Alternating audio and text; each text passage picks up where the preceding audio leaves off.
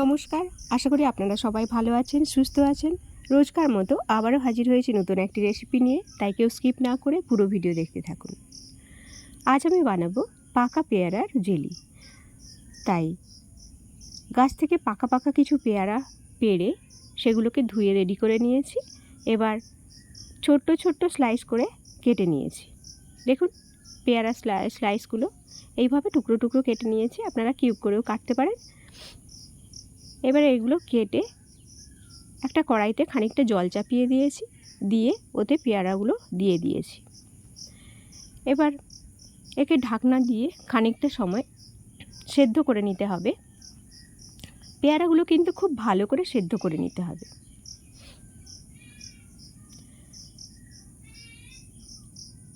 আজ আমার ভিডিও দেখতে যদি কোনো নতুন বন্ধু এসে থাকেন, তাদের কাছে আমার বিশেষ অনুরোধ, আমার চ্যানেলটিকে অবশ্যই সাবস্ক্রাইব করে দেবেন আর একটা লাইক দেবেন। আপনাদের ওই একটি লাইক আমাকে কিন্তু কাজ করার অনেক উৎসাহ যোগায়।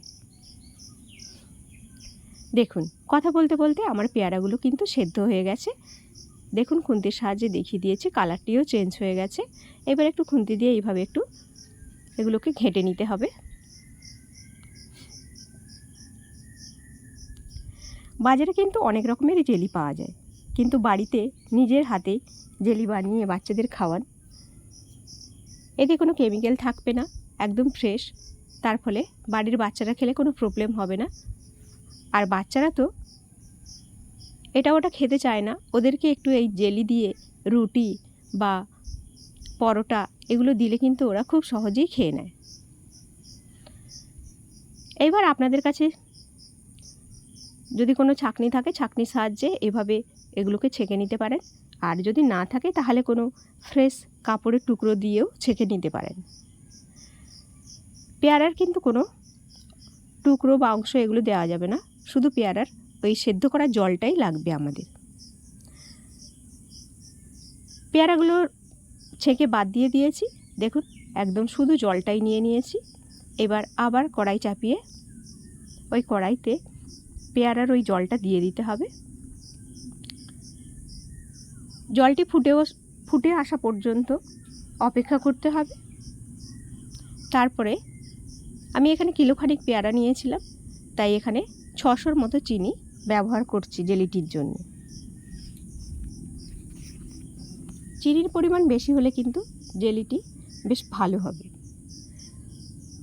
এবার চিনিটিকে ওই জলে খুব ভালো করে মিশিয়ে দিতে হবে।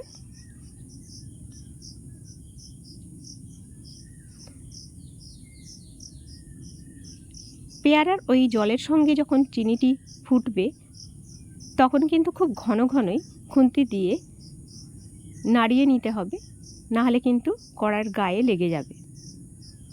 লেগে চিনিটি বসে যাবে।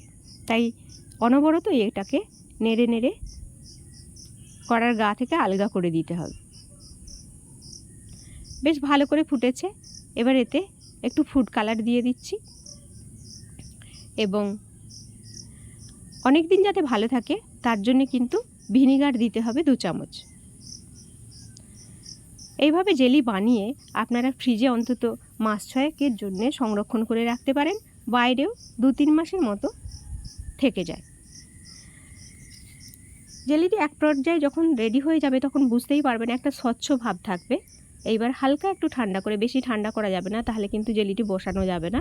এইবার যে পাত্রে রাখবেন ফ্রেশ কিছু পাত্র নিয়ে নিতে হবে, তাতে কিন্তু এই গরম গরম অবস্থাতেই দিয়ে দিতে হবে। তবে অবশ্যই চেষ্টা করবেন কাঁচের পাত্রে রাখার। কাঁচের পাত্রে জেলি কিন্তু দীর্ঘদিন থাকবে। আমি এখানে রেড কালারের ফুড কালার ইউজ করেছি, আপনারা গ্রিনটাও ব্যবহার করতে পারেন, আবার নাও ব্যবহার করতে পারেন। তবে একটু কালার ব্যবহার করলে দেখুন কত সুন্দর কালারটি আসে, দেখতে বেশ সুন্দর লাগে। আর কালারফুল হলে তো অবশ্যই বাচ্চারা আকৃষ্ট হয় এবং খেতে চায়। আমার 3টি পাত্রে পুরো ভর্তি করে নিয়েছি। এবার এটিকে খানিক সময় বাইরে রেখে খানিকটা ঠান্ডা করে নিতে হবে। ঠান্ডা হয়ে গেলে ওটাকে কিন্তু ফ্রিজে রেখে দিতে হবে। এইভাবে ঢাকনা দিয়ে ফ্রিজে ঘন্টা 3-এর জন্যে রেখে দিতে হবে, তাহলে জেলিটি সেট হয়ে যাবে। ঘন্টা 3 আমি ফ্রিজে রেখে দিয়েছিলাম। দেখুন চামচ দিয়ে কেটে নিচ্ছি, কত সুন্দরভাবে কাটা হয়ে যাচ্ছে, দেখতেও বেশ ভালো লাগছে। এইভাবে ব্রেডে মাখিয়ে বাচ্চাদের পরিবেশন করুন, বাচ্চারা খুব খুশি হয়ে যাবে এবং খুব সহজেই সমস্ত খাবার কিন্তু খেয়ে নেবে। বড়রাও সকালের টিফিনে বড়দেরকেও দিলেও ওরাও খুব ভালো করে কিন্তু খেয়ে নেবে। এইভাবে ব্রেডে লাগিয়ে আপনারা পরিবেশন করুন। আজকের এই ভিডিও ভালো লাগলে লাইক করুন, কমেন্ট করুন, আর অবশ্যই শেয়ার করবেন ফ্যামিলি ফ্রেন্ডসের মধ্যে, বেশি বেশি অনেক বেশি শেয়ার করবেন। তো আজকের এই ভিডিও ছিল এতদূর পর্যন্তই। আপনারা ভালো থাকবেন, সুস্থ থাকবেন। দেখা হচ্ছে পরের ভিডিওতে। তত সময়ের জন্য টাটা।